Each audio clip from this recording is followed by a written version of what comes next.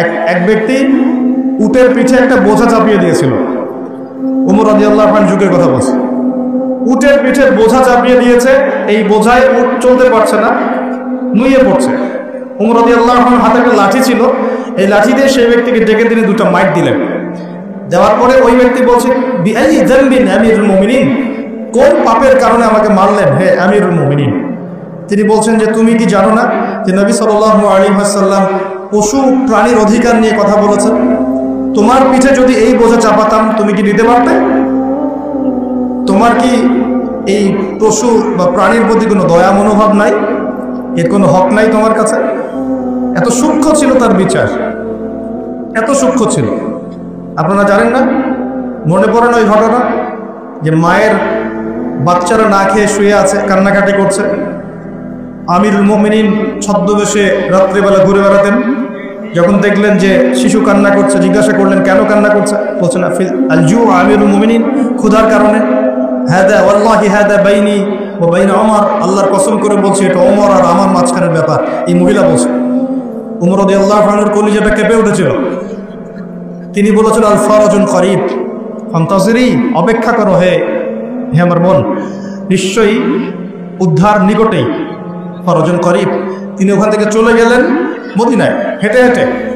সেখানে গিয়ে নিজের পিঠে সে আটা বা ময়দা যেটা বলি আমরা, এগুলোর বস্তা উঠালেন, জব এই টাইপের উঠিয়ে নিজে হেঁটে হেঁটে এই বস্তা কাঁধে বহন করে মহিলার বাসা পর্যন্ত এসে নিজ হাতে তাকে রান্না বান্না করিয়ে বাচ্চাটাকে খাইয়ে দিলেন।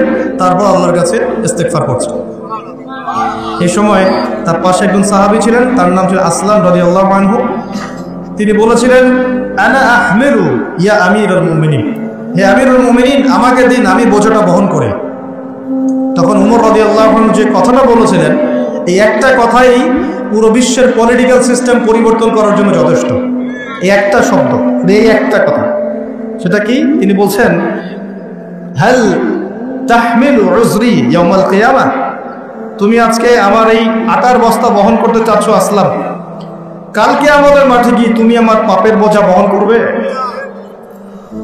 হাল তাহমিলু উযরি ইয়াউমাল কিয়ামা, তুমি কি কিয়ামতের মাঠে আমার পাপের বোঝা বহন করবে, আমার দায়িত্ব বহন করবে?